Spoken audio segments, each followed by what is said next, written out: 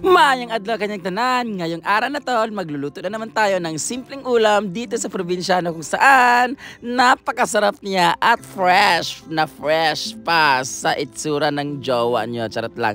Fresh na fresh from the farm ang ating papaya na kung saan lalagyan natin ito ng nakakadiri sa sardinas. Charot lang, napakasarap ng sardinas na iyan. Kaya ilalagay natin dito sa papaya. Kaya sa lahat ng mga taga-probinsya dyan, mga mahihilig sa bukid at tubong Mindanao, lalong-lalo na sa tubong probinsya, nakatikim na ba kayo nito? I'm sure. Oo, dahil ito lang naman ang panandaliang ulam natin pag wala talaga tayo. Kasi, 'di ba, ang papaya ay nasa paligid lang, hingi lang kayo sa mga kapitbahay ninyo o kaya magnakaw. Charot lang. At syempre, ang sardinas dati ay napakamura lang talaga. So, isang sardinas lang, tas maraming sabaw.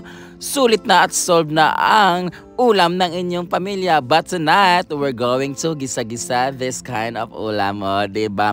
Marami nga tayong nakuha na mga papaya ngayon dahil yung iba ay manibalang na, so medyo may hinog na siya, konti madilaw-dilaw. Pero gagawin natin na siyang dessert. O, dessert. Dessert o dessert? Desierto pala. So, itong nakita nyong papaya na medyo madilaw-dilaw ay papakita ko sa inyo. Ayan, ibabalatan natin at kakainin natin siya isasaw-saw sa toyo at suka.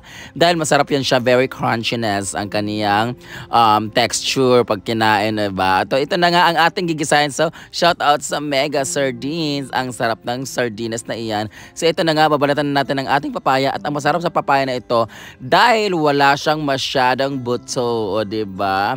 Mahirap pag walang masyadong butso, lalo na sa mga bakla pag walang masyadong butso. Nako, sorry na lang guys. Sarap lang. 'Di ba? Tingnan niyo naman pa ang buto niya, halos iilang piraso lang, mabibilang lang sa daliri.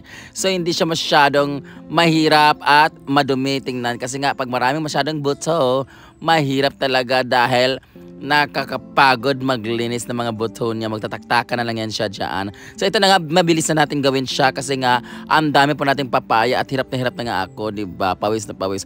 Ako lang ba pag nagbabalat ng papaya, talagang kagat-labit talagang ginagawa ko kasi minsan madulas, diba? Ang ating madulas, diba? Tapos yung kamay natin dyan ay matutunaw ang ating mga kalyo dahil sa sobrang dagta ng papaya dahil nga naman fresh na fresh from the puno. Oo, diba? So kakadkorin na natin siya para hindi makati yung part na yan. Medyo makati kasi yung part na yan. Mayroong mga patubo ng mga buto o kaya mismo yung mga buto medyo mapait din siya. So kailangan natin siyang kudkurin sa lahat ng mga hindi pa nakakain ng papaya dyan. I'm sure mga taga-Manila hindi masyadong nakakain ito. So ayan, tatanggalin natin siya, kakayurin natin siya para mawala siya. Bago natin hiwa-hiwain into pieces. So ayan na nga. Hiniwa-hiwa na nga natin siya, diba? Ang bilis ng pagkahiwa natin dahil maganda ang ating kutsilyo, diba? Pwede siyang pantuloy sa mga sapot. Ito na nga, hinihiwa-hiwa lang natin siya ng ganyan para naman kahit ay masarap siya. Kung gusto nyo rin mag-atsara, pwede rin dito sa probinsya dahil marami rin kaming papaya dito, di ba? At pag nahinog siya at hindi nabantayan, ipapakain na lang sa ibon o kaya sa mga pato or manok, di ba? Very resourceful ang ating province life. So ayan na nga, pagkatapos natin maglagay nitong mga papaya na to, ay paghiwa o magkayak nitong papaya na to, diretso naman tayo sa ating mga ricados. Lalagyan natin siya ng luya kasi para meron siyang aromatherapy at meron din tayong bawang para sa mga mukhang aswang nakakain at syempre ang ating sibuyas para magpaiyak sa inyo. At syempre meron tayong tanglad na kulay green, nakikita nyo naman ang lemongrass at meron din tayong something spicy na kung saan nilagyan natin siya ng sili. At ito na nga, kompletos ricados na ang ating lulutuin. So, let's start cooking, okay? Ayan, maghiwa lang hiwa. Magpainit lang ng kalan at maglagay ng konting olive oil. Ang arte ng olive oil, kahit use oil po yan. Maglagay ng konting oil, tapos ilagay natin ang ating sibuyas at saka bawang. Tapos pag medyo konting brown na siya, ang arti-arti no, brown. Pag medyo naprito na siya ng konti at nasaute na siya, ilalagay natin ating loya na kasing itsura ng iyong paa. At ilalagay natin ating Mega Sardines na napakasarap. At kita nyo naman, very kumukulo na siya dahil mainit ang ating frying pan. O, diba? Dahil non-stick tayo. So, gamit tayo ng kahoy. Pero sa totoo lang, iba talagang ginagamit namin. So, lalagyan natin siya ng sili para naman sa inyong mga almorana. Sa mga bakla dyan na mahilig magpalubot, don't forget to eat sili para masarap ang ambiance. Lalagyan natin siya ng napakaraming powder para kahit papano masarap siya when you zip the juice of the papaya sa sabaw. Mala na.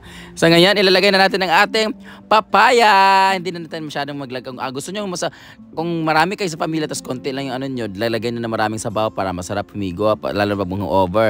Lalo pag gabi, masarap humigo pagandan. Pero pag gusto nyo po ng konti lang at medyo magisa-gisa lang siya talaga, at medyo dry, lagay natin siya ng asin. Huwag na tayong maglagay ng tubig kasi the papaya has its own water. Oh, diba? Tapos lagyan natin siya ng magic sarap. Tapos bahala na kayo magtimpla kung gusto niyo po ng kung ano-ano pang mga lasa niya. Pwede niyo po lagyan ng oyster sauce, toyo at kung ano-ano pa or nor cubes. Bahala kayo dyan. Matatanda na kayo. So ito na nga. Charan! In just a few seconds, naluto na po siya. So dahil dyan, luto na po siya, kakain na po tayo.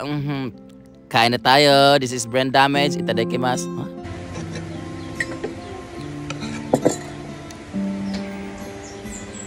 So, ngayong umaga na po ako nakakain nito, nirep ko na lang kasi kagabi pumunta kami sa isang baby shower, gender reveal event. So, hindi na ako nakakain itong luto ko. So, nilagay ko na lang siya sa rep at ininit na lang ngayon. Kain.